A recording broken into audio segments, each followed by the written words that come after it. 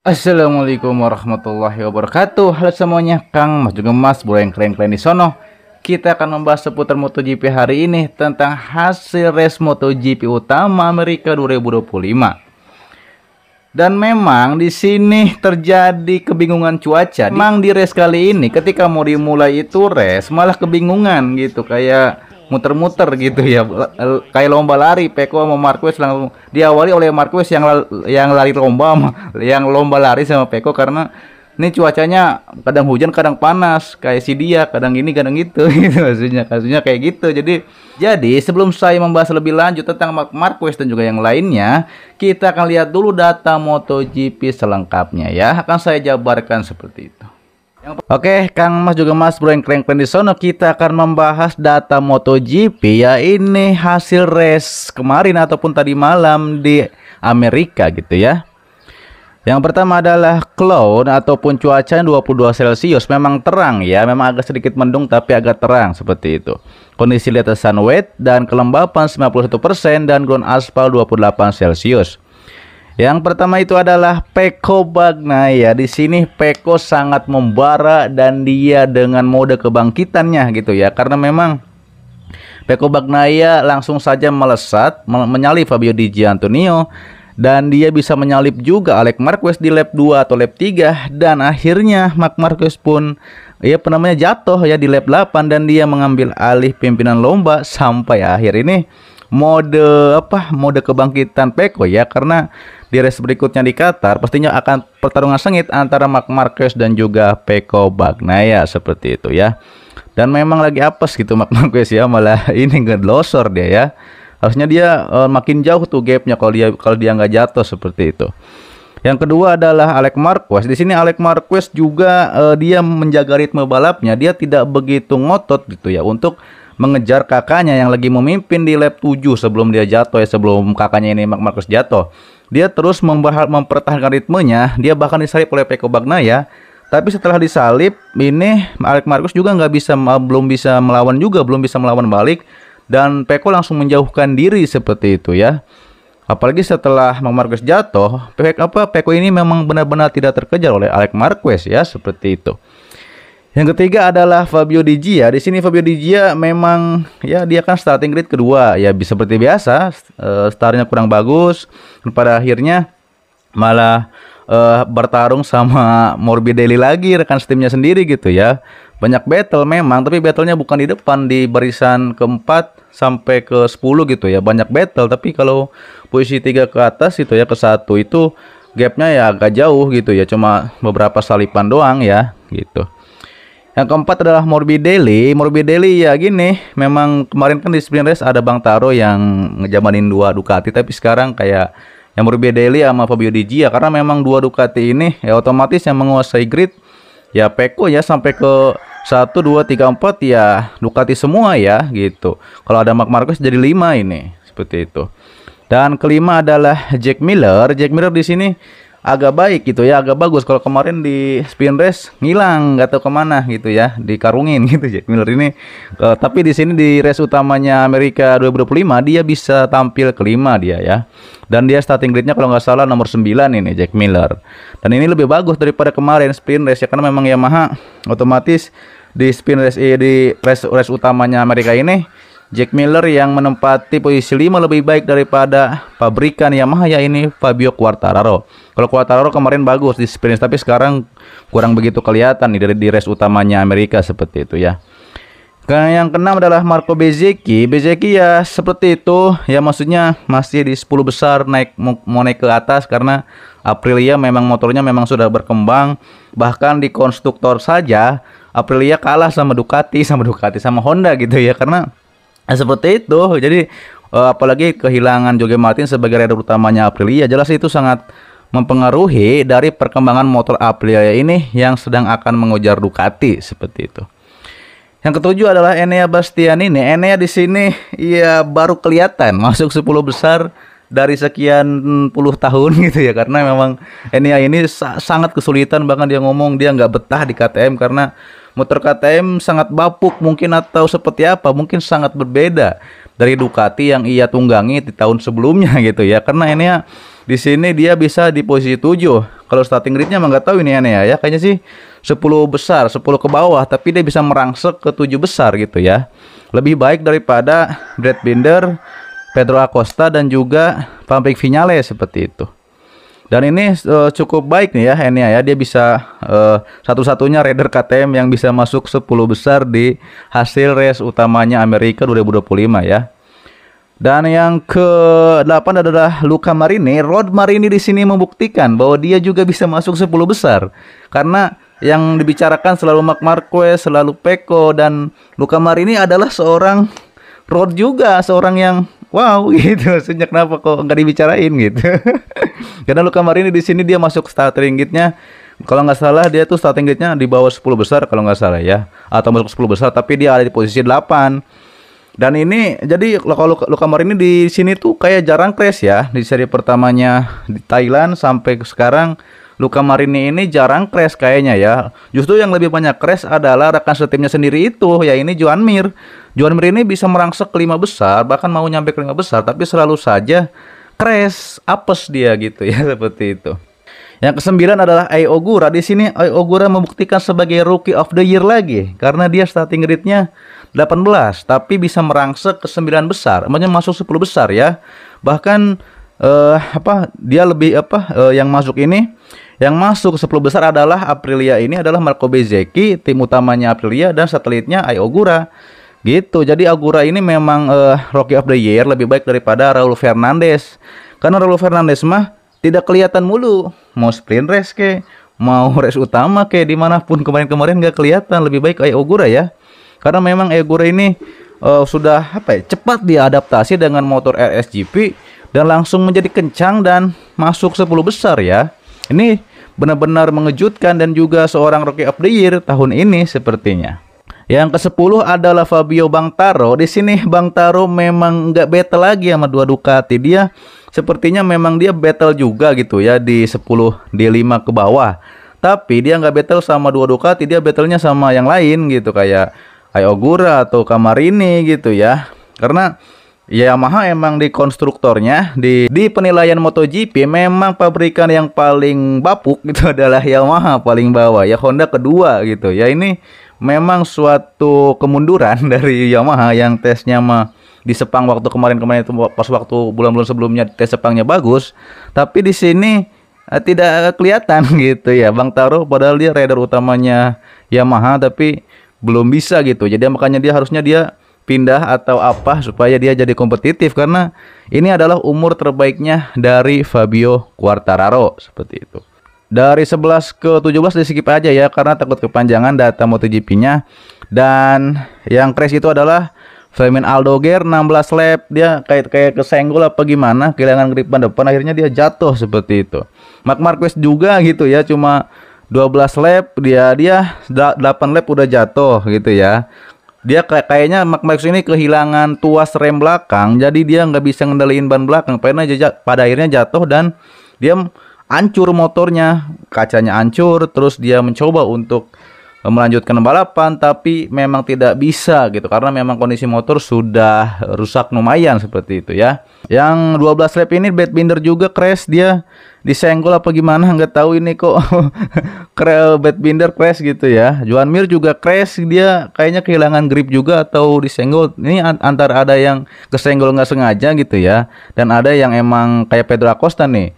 Pedro Acosta juga ya, Brad Binder juga crash baru 12 lap, Joan Mir crash lagi. Pedro Acosta juga, kalau Pedro Acosta mah udah langganan. Crash mulu dia mah gitu.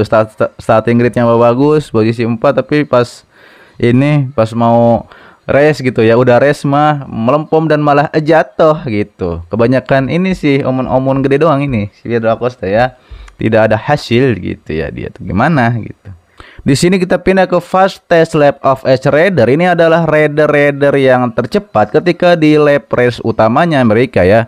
Yang pertama memang Marc Marquez. Di sini dia mencatatkan waktu timenya ini sekitar 2,2 detik, 2:21, tercepat ke-1 gitu ya di lap ke-7 gitu ya. Karena totalnya kan dia cuma 12 lap sebelum jatuh di tikungan 8 atau di lap 8 ya. Karena kayaknya Marc Marquez terlalu cepat menikung dan rem belakang tuasnya jadi bermasalah dan dia malah jatuh kayaknya ya gitu, karena ini gitu ya, terlalu menikung cepat mungkin seperti itu. Yang kedua adalah Firmin Aldoguer. Di sini Aldoguer juga di bawahnya Marc Marquez gitu ya, tapi malah crash gitu dia. Padahal Firmin Aldoguer nih battle-nya lumayan ya sama Babang Zarco gitu ya. Dia akhirnya menang juga ngelawan Babang Zarco seperti itu. Yang ketiga Peko di sini memang dia sepanjang mau nyalip Alex Marquez gitu ya, dia terus mencatatkan fast lap gitu ya. Daripada itu dia di posisi 3 di lap ke-7 itu ya. Di lap ke-7 itu kan lap 8 kan Marquez itu jatuh, dan lap 7 Peko itu langsung saja mencetak waktu tercepat dan dia langsung melesat saja secepat kilat setelah meninggalkan Alex Marquez. Jadi ya susah untuk dikejar seperti itu ya. Yang kepada Alex Marquez ini stabil gitu ya. Walaupun dia juga di lap 7 mencatatkan waktu, tapi dia kalah dari kecepatan yang dipunya oleh Pecco Bagnaia ya, seperti itu. Yang kelima Morbidelli sama juga di lap kelima gitu ya. Dan ini totalnya adalah kita sebut yang 5 besar saja karena takut kepanjangan gitu ya. Ini sampai posisi kedua-dua adalah paling buncit adalah ini Sophia Chandra, hore-hore doang nih, rider Thailand ya. Di lap 14 ya, masih jauh itu mah itu adaptasinya gitu. Dan ini merupakan top speed yang dicatatkan oleh para rider ketika race utamanya Amerika 2025. Yang pertama adalah Brad Binder. Di sini Brad Binder mah langganan terus kalau masalah top speed mah gitu. Jangan ditanya Brad Binder mah, tapi ya gitu pas race-nya mah boro-boro mau podium, kadang crash. Kalau nggak crash ya barisan tengah gitu, nggak bisa nyalip gitu. Gitu Brad Binder mah. Jadi nggak menjamin bahwa kecepatan itu bisa kecepatan lurusan itu, kecepatan top speed motor itu bisa memenangkan kejuaraan. Nggak selalu seperti itu ya, karena justru kebalikannya, kadang yang lebih cepat itu malah yang akan menang gitu ya. Brad Binder 345 km per jam bahkan itu ya kecepatannya. Marco Bezzecchi kedua 344,7 km. Yang ketiga ada Pedro Acosta yang crash juga gitu ya, 343. Ai Ogura di sini dia dari posisi 18 ke posisi 8 ya. Dia masuk 10 besar untuk race hasil race utama Amerika. Dan dia mencatatkan waktu 343 km. Itu sangat luar biasa ya. Yang kelima adalah Fabio Di Giannantonio. Dia memang race-nya startnya kurang bagus dan dia mencatatkan waktu juga lumayan cepat ya, di bawahnya Ai Ogura. Dan kita lihat dari World Championship ya, ini klasemen sementara kejuaraan dunia MotoGP 2025. Yang pertama adalah Marc Marquez 87 poin, yang kedua adalah Alex Marquez adiknya 86 poin, tipis banget gitu ya, cuma 1 poin gitu. Dan Pecco Bagnaia 75 poin. Jadi memang antara Alex dan juga Marc Marquez selisihnya cuma 1 poin, jadi bisa disalip di Qatar nanti gitu ya. Tapi memang ini Pecco juga mendekati dengan 75 poin, jadi bedanya sama Marc Marquez mah sekitar mungkin 17 poin ya gitu bedanya, dan bisa disalip. Yang keempat Morbidelli 55 poin. Kelima adalah Fabio Di Giannantonio 44, Ogura 25 gitu. Ogura terbaik ini kan dia, ini Rookie of the Year. Babang Zarco 25, Bezzecchi 24, Luca Marini 20, Miller 19, dan Brad Binder 11 seperti itu ya. Bastian ini ke 12, Acosta 13, Quartararo 14, Joan Mir 15, 17 Vinales, 18 Fernandez, Aldoguer 19, Fernandez 20, Oliveira dan Savadori gitu ya. Dan ini adalah World Championship Classification Constructor. Tim-tim pabrikan yang dinilai oleh MotoGP yang lagi berkembang memang pastinya Ducati yang pertama, tidak ada yang mengalahkan. Dan yang kedua adalah Honda. Honda memang sangat berkembang dan juga bisa mengalahkan Yamaha yang tertinggal seperti itu ya. Ketiga adalah KTM gitu ya, memang agak lebih baik daripada Aprilia karena Aprilia posisi 4. Dan kelima yang paling bapuk adalah Yamaha. Itu untuk tim pabrikan yang dinilai oleh MotoGP secara langsung perkembangan ininya gitu ya, perkembangan pabrikan.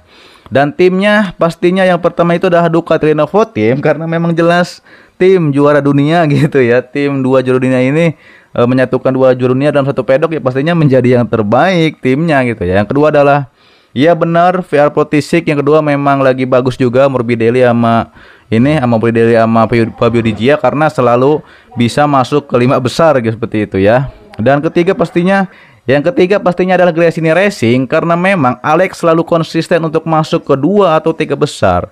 Yang ketinggalan itu adalah Aldoger. Aldoger kalau bisa kalau bisa ngimbangi Alex Marquez posisi depan terus, mungkin akan mengalahkan duo Pertamina gitu ya, VR Protisik. Tapi karena bapuk ya posisi 3 seperti itu. Yang keempat adalah Red Bull KTM Factory Racing, yang kelima Trackhouse MotoGP, keenam LCR Honda, ketujuh MotoGP Yamaha gitu ya, memang bapuk gitu ya. 8 Aprilia juga ketinggalan juga ya. LCR Honda gitu 8, ke-9 LCR Honda lagi, yang 10 Prima Pramac, dan yang ke-11 adalah paling bapuk itu ada Red Bull KTM Tech 3. Emang paling bapuk sih karena Vinales nggak kelihatan, ngilang terus, dan iya benar, Enea Bastian ini yang kadang konsisten, kadang bagus, kadang bapuk terus gitu ya, seperti itu. Dan itu adalah data MotoGP yang saya jabarkan ya. Semoga mengerti tentang apa yang saya jelaskan di sini. Oke. Yang pertama pastinya adalah Pecco Bagnaia. Ya di sini Pecco membuktikan dia memanas gitu ya. Dia ingin bangkit pastinya karena memang di seri-seri sebelumnya di GP Thailand dan juga Argentina dia kalah sama dua Marquez, dan kali ini dia bisa mengalahkan Alex Marquez, menyalipnya sekali salip oleh Pecco. Alex Marquez nggak bisa ngejar lagi, dan dia juga mendapatkan keuntungan yang sangat besar karena Marc Marquez jatuh. Marc Marquez itu jatuh dikarenakan dia terlalu menginjak rem belakang, menginjak remnya terlalu dalam katanya. Jadi dia jatuh. Jadi dia kehilangan grip ban depan. Padahal memang ketika menikung itu, Marc Marquez sekitar 100 km ke bawah dia menikung. Tapi ketika dia, karena katanya ngeremnya terlalu dalam, dengar berita seperti itu, daripada itu ia menjadi crash. Dengan begini maka Marc Marquez kehilangan banyak poin ya, karena dia sempat mau melanjutkan balapan, tapi karena kondisi motor stepnya sudah hancur dan kacanya juga sudah hancur, jadi ya dia tidak bisa melanjutkan ini balapan karena ya susah ya dia melanjutkan, tapi dia balik lagi ke pedok karena ya kayaknya ya nggak bisa gitu untuk melanjutkan race seperti itu ya. Wah, itu adalah Alex Marquez. Di sini Alex Marquez juga menjaga ritme balapnya. Dia ini dia bisa ngikutin kakaknya. Dia kan posisi starting gridnya ketiga. Dia langsung bisa menyalip Fabio Di Gia yang starting 2 dan menguntit kakaknya. Dan memang gapnya itu sama kakaknya itu sama Marc Marquez sebelum jatuh sekitar setengah detik. Tapi dia bisa terus nempel, dan ketika kakaknya agak menjauh, kakaknya malah jatuh di tikungan di lap 8 atau ya mau ke lap 8 seperti itu.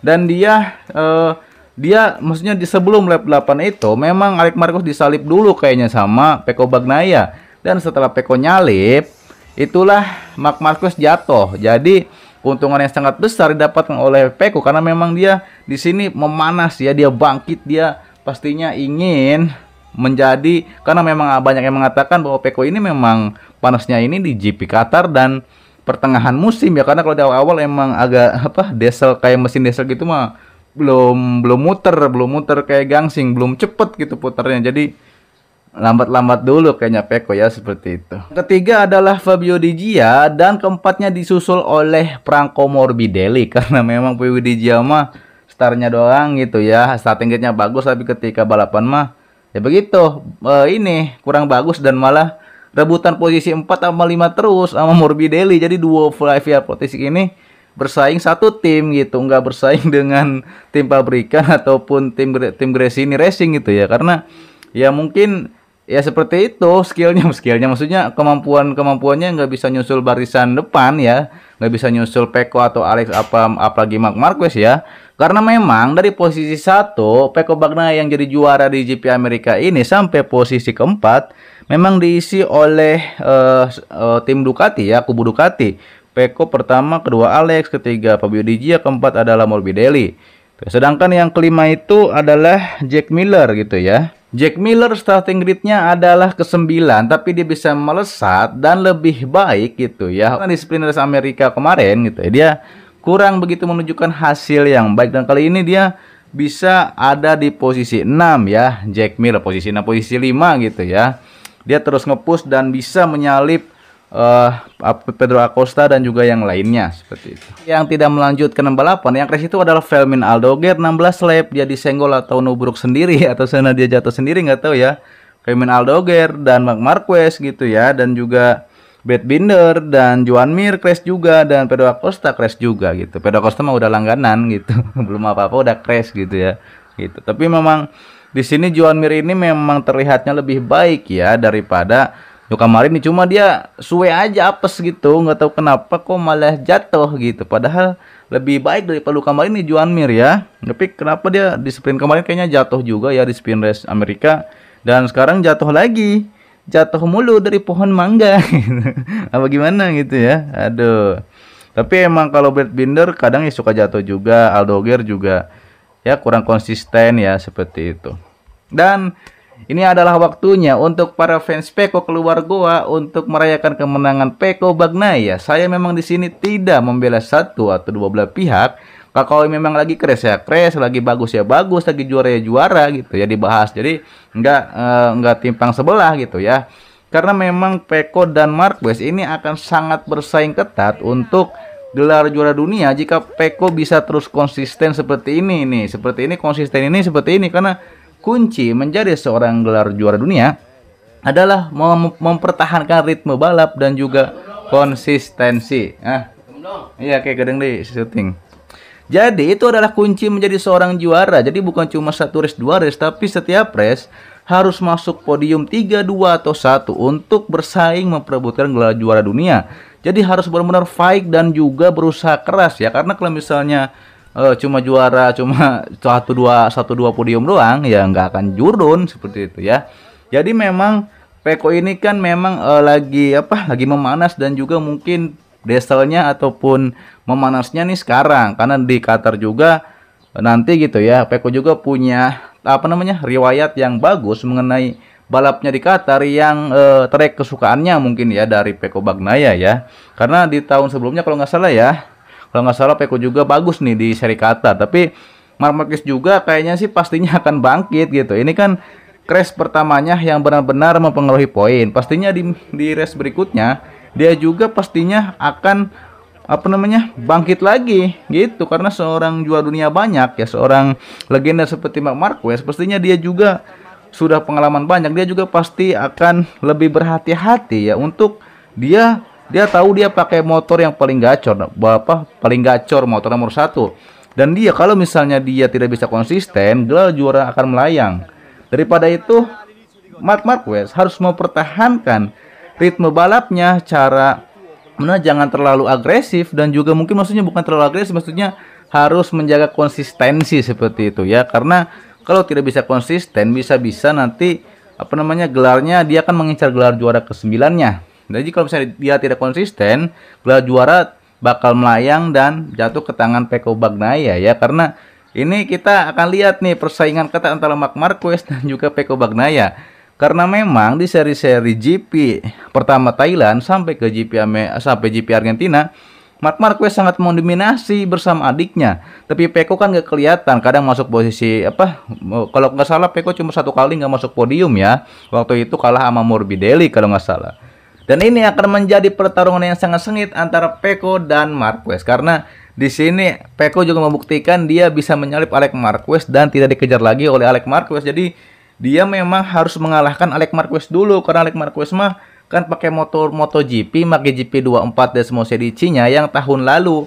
Kalau Pecco Bagnaia kan dia pakai GP24 yang sama kayak Marc Marquez, GP24.0, GP24.9 mau ke GP25, karena memang GP24 ini ada campuran dari GP25 yang diterapkan supaya motor ini lebih gacor daripada GP yang dipakai oleh Alex Marquez dan juga Fermin Aldoger seperti itu ya. Ini adalah kemenangan Pecco. Memang Pecco ini kan dia jarang begitu bersinar di Amerika ya. Maksudnya yang biasanya rajanya kota adalah Marc Marquez, tapi kali ini Marc Marquez kembali jatuh, dan tahun lalu dia juga jatuh juga ketika memakai motor Gresini Racing. Ketika di tim satelitnya Ducati ya, dia juga jatuh. Kalau lagi mimpin juga Marc Marquez jatuh, dan kali ini lagi mimpin juga jatuh. Mengapa? Apakah Marc Marquez sebelum mandi bunga atau mandi sumur, mandi 7 sumur gitu? Maksudnya ya itu bercanda, maksudnya itu supaya menghibur gitu ya. Maksudnya supaya kenapa gitu Marc Marquez dia mungkin itu apes aja kali ya, apes karena ya itu terlalu menginjak rem tuasnya terlalu kencang katanya ya, dengar kabar. Jadi dia kehilangan grip ban depan dan akhirnya menjadi crash seperti itu. Tapi memang Marc Marquez itu selalu saja ingin, tapi memang Marc Marquez ketika dia jatuh, dia kembali melanjutkan balapan, tidak langsung ke pedok dia kalau mau baja. Jadi Marc Marquez memang seorang yang ketika dia jatuh, dia kembali melanjutkan race. Tapi memang kan kondisi motornya stepnya hancur, terus juga kacanya hancur. Jadi dia lebih baik kembali ke pedok karena nggak maksimal balapnya. Kalau misalnya tahun sebelumnya kan di Gresini Racing dia walaupun wingletnya sebelah nggak ada, tapi Marc Marquez tetap saja melanjutkan perjalanan dan dia bisa menang gitu ya, seperti itu. Jadi jangan lihat-lihat pertarungan Marc Marquez sekarang, tapi lihatlah pertarungan ataupun perang yang sudah dilalui oleh Marc Marquez di tahun-tahun sebelumnya ketika dia melawan senior-senior gacor seperti Valentino Rossi dan juga yang lainnya. Jadi jangan dilihat tentang pertarungan yang saat ini terjadi, tapi pertarungan di masa lalu yang sangat sengit pertempurannya seperti itu ya. Karena ya tidak bisa dibohongi seperti itu. Jadi memang harus fair. Ketika memang lagi kalah ya kalah, lagi menang ya menang gitu. Karena memang saya itu ingin melihat tadinya Pecco kan bisa ini ya face lap gitu ya. Dia menyalip Marc Marquez dan harusnya saya menunggu ketika Marc Marquez ini bisa disusul oleh Pecco dan terjadi battle yang luar biasa antara posisi 1 dan posisi 2. Tapi karena Marc Marquez malah jatuh dan akhirnya Pecco yang memimpin dan sulit untuk dikejar oleh Alex Marquez, dan ini tidak gagal melihat battlenya gitu. Jadi semoga saja nanti di Qatar Pecco Bagnaia dan juga Marc Marquez bisa menunjukkan battle yang seru seperti itu, karena memang race Qatar ataupun sirkuit Qatar punya lurusan yang sangat panjang. Lurusan apa sih namanya, lurusan jalannya kayak gitu. Jadi memang yang bisa mengalahkan Marc Marquez adalah dirinya sendiri. Jadi kalau misalnya tidak jatuh, Marc Marquez mah susah dihentikan gitu ya, seperti itu kan ya. Jadi yang harus dilakukan oleh Pecco Bagnaia yang menunggu jatuh, atau memang harus lebih ngepush lagi ke Marquez agar bisa mengalahkan Marquez. Apalagi sekarang membara nih Pecco Bagnaia, lagi dieselnya mesinnya berputar kencang, jadi dia harus bisa menyaingi Marc Marquez untuk perebutan gelar juara dunia. Dan Pecco juga harus konsisten agar tidak Marc Marquez terus. Jadi dia kan sebagai rider utama Ducati, dia harus bisa menyaingi Marc Marquez yang memang sudah pengalaman di Ducati, sudah begitu skillnya, pengalamannya luar biasa seperti itu ya. Jadi di sini Pecco Bagnaia belum mengalahkan Marc Marquez. Memang di sini Pecco Bagnaia hanya mengalahkan Alex Marquez. Dan kita lihat di race Qatar nih siapa yang benar-benar salip-salipan antara rider utamanya Ducati itu ya di tim merah. Pecco atau Marquez yang akan menang di race Qatar nanti itu akan sangat seru ya, karena ini ditunggu-tunggu oleh banyak halayak ramai seperti itu. Oke, terima kasih yang sudah menonton sampai detik ini. Itu adalah pembahasan tentang MotoGP. Daripada itu, agar tidak ketinggalan setiap saya upload video yang baru dan cepat, subscribe agar tidak ketinggalan kereta dan juga tidak ketinggalan setiap saya upload video baru yang lebih wow dan juga lebih mencekam lebih seru maksudnya gitu ya. Horor mencekam. Sehat-sehat buat semuanya, selamat lebaran dan juga minal aidin wal faidin. Sampai jumpa kembali di video berikutnya. Assalamualaikum warahmatullahi wabarakatuh.